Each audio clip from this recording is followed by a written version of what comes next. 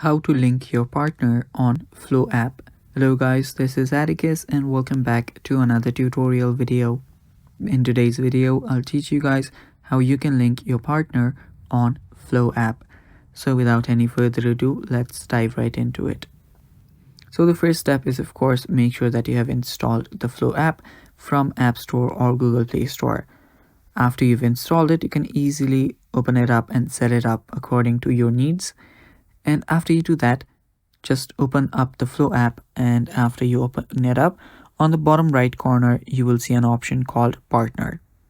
Tap on it, and right there you will see Link Your Partner. Tap on Link Your Partner, and there you will be able to send or share your pairing code. Now all your partner has to do is just open this app up, make sure you make them install it, and after doing that they will get an option if they want it for themselves or for the partner. After they tap on their partner, they will just have to type in this code and they're good to go. And that is basically how you link your partner on Flow app. Thanks for watching guys. That is all for today's video. Stay tuned for more, and bye bye.